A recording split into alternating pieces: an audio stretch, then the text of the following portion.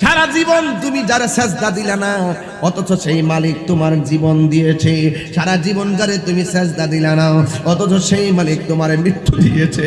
তুমি সারা জীবন যেই মনিবের সাজদা দিলা না, এই মালিক পৃথিবীটা বানাইছে। আল্লাহু আকবার বল না কেন? সারা জীবন যে আল্লাহকে সাজদা দিলা না, ওই আল্লাহই বলবে ইসরাফিল আমার সিংহাটা ফু দিয়া দে। সিংহাটা ফু দিলে পৃথিবীটা লন্ড বন্ড হয়ে যাবে রে। আল্লাহ রাব্বুল আলামিন কোরআনের মধ্যে বলে দিয়েছেন, লা ইয়াজমাআন্নাকুম ইলা ইয়াউমিল কিয়ামাতি লা রাইবা ফি।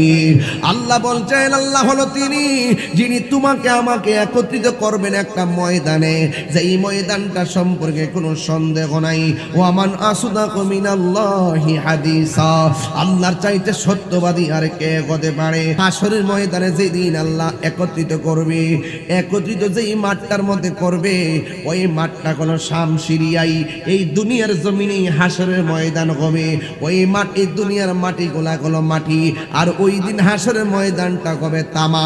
মাথার ৮ বিঘা দুপুরে সূর্যটা থাকবে, 12টা মুখলিয়া সূর্যটা ওইটা ওই তামার মাটির মধ্যে তাপ দিবে। তাপ দেওয়ার পরে আগুনের চাইতে বেশি গরম মাটিটা হয়ে যাবে। আল্লাহ রাব্বুল আলামিন কোরআনে বলেন, লা ইয়াজমাআন্নাকুম ইলা ইয়াউমিল কিয়ামাতি লা রাইবা ফি। সেই দিন তোমাদেরকে একত্রিত করবে। কেউ আগুনে পুড়ে মারা গেছে, ওখান থেকে বের হয়ে সেই মাঠে যাবে।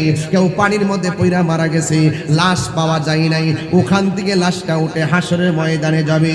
কেউ কবরের ভিতরে পড়ে আছে, ওই কবর থেকে উলঙ্গ অবস্থায় ওই ময়দানের মধ্যে যাবে রে বাবা। ওই ময়দানে যাওয়ার পরে আল্লাহ আয়েশা সিদ্দিকা বলেন, ইয়া রাসূলুল্লাহ, নবী গো, মায়ার নবীজি, আপনি যে বললেন উলঙ্গ অবস্থায় হাশরের ময়দানে যাবে, কিন্তু একজন লজ্জাস্থান আর একজনে দেখবে, এটা কেমন কথা? আল্লাহর হাবিব ডাক দিয়ে বলে, আয়েশা, কবর থেকে উঠবে, কিন্তু মাথার ৮ বিঘা দুপুরে সূর্য থাকবে, তার গাটটারে বাঁকা করে দেওয়া হবে। উপর দিকে তাকায়া তাকায়া, সূর্যের দিকে তাকায়া মাঠে যাবে। একটা সেকেন্ডের জন্য তাকাইবার কোনো সময় পাবে না। ওই কঠিন মুসিবতের মধ্যে যাওয়া নেওয়া হবে। এ বন্ধুরি, ও যুবকের দল, ওই ময়দানে যাওয়ার পরে আমার আল্লাহ বলেন, ওয়াত্তাকু ইয়াওমান লা তাজজি নাফসুন আন নাফসিন শাইআ। ওই দিনটাকে তোমরা ভয় করো, যেই দিন কাহারও পক্ষ থেকে কেউ কোনো উপকার নেওয়া হবে না, কারো কাছ থেকে কোনো বিনিময় নেওয়া হবে না, এবং কাউকে সাহায্য করা হবে না। ওয়ালা হুম ইউনসারুন, এবং কাউকে সাহায্য করা হবে না। ওই কঠিন মুসিবতে মানুষের জবানের ভিতরে একটা স্লোগান থাকবে, নাফসি নাফসি নাফসি নাফসি বলে কাঁদবে। ওই কঠিন মুসিবতে কেউ গিরা পানিতে সাঁতার কাটবে। আল্লাহু আকবার কথা কি লাগে? কেউ গিরা পানিতে সাঁতার কাটবো, কেউ হাঁটু পানিতে সাঁতার কাটবে, কেউ কোমর পানিতে সাঁতার কাটবে, কিন্তু কেউ কাউকে বাঁচাইতে পারবে না। সে যে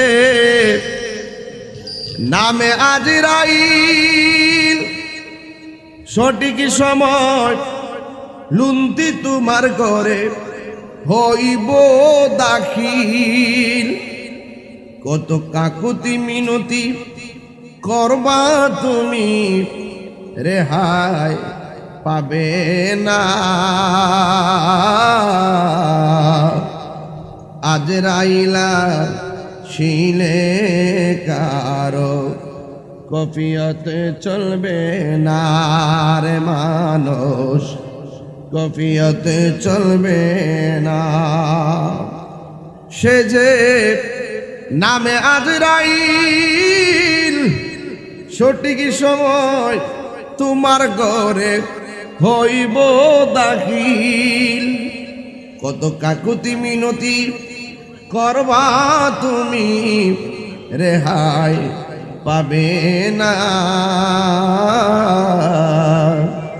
আজরাইলা শিলে কারো কফিয়ত চলবে না।